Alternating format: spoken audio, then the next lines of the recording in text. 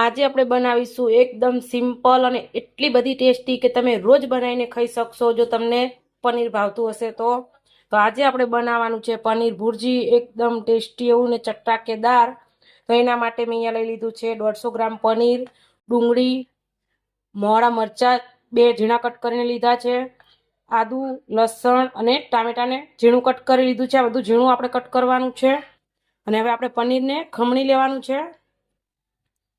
તો પનીરને આ રીતે આદુ છીણવાની જે ખમણી આવે એનાથી ખમણશું। જો તમારે મોટું ખમણવું હોય તો તમે આપણે જે મોટી આવે ખમણી એ પણ ખમણી શકો છો, પણ હું અહીંયા નાનું ખમણવાની છું। આ રીતે આપણે પનીરને ખમણી લેવાનું છે। આપણે બધું પનીર ખમણી લીધું છે। અહીંયા મેં એક થોડોક ટુકડો રાખ્યો છે આપણે ઉપર સર્વ કરવા માટે। પનીર ભુરજી માટે આપણે વઘાર કરી લઈએ। વઘાર કરવા માટે આપણે આદુ અને લસણ જે લીધું છે એને ઝીણું ખાંડી લઈશું।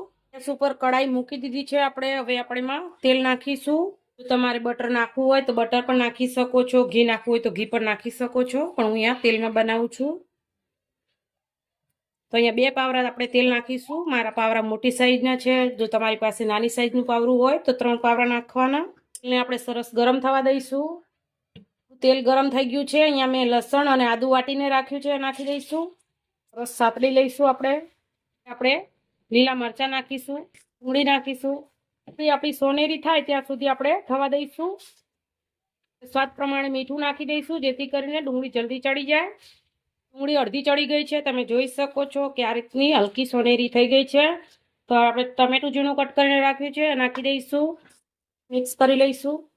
મસાલા કરીશું તો મસાલામાં મેં 1 ચમચી લાલ મરચું લીધું છે, ધાણા જીરું, હળદર અને ગરમ મસાલો લીધો છે 1 ચમચી, એ નાખી દઈશું।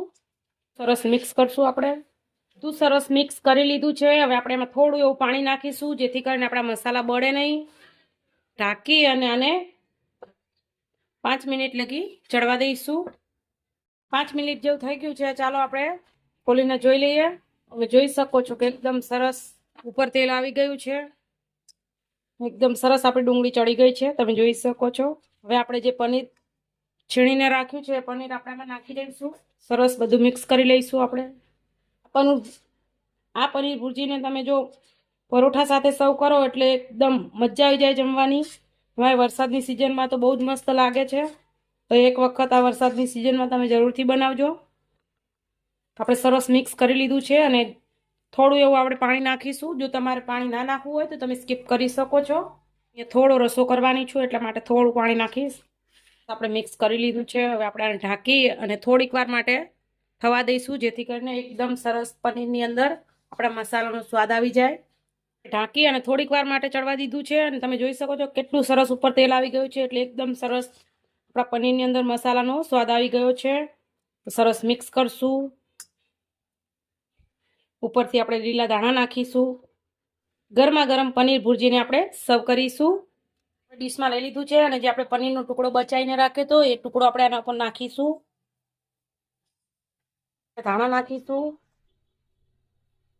એકદમ ટેસ્ટી એવું ચટાકેદાર પરોઠા સાથે ખાવાની મજા જ પડી જાય એવું પનીર ભુરજી।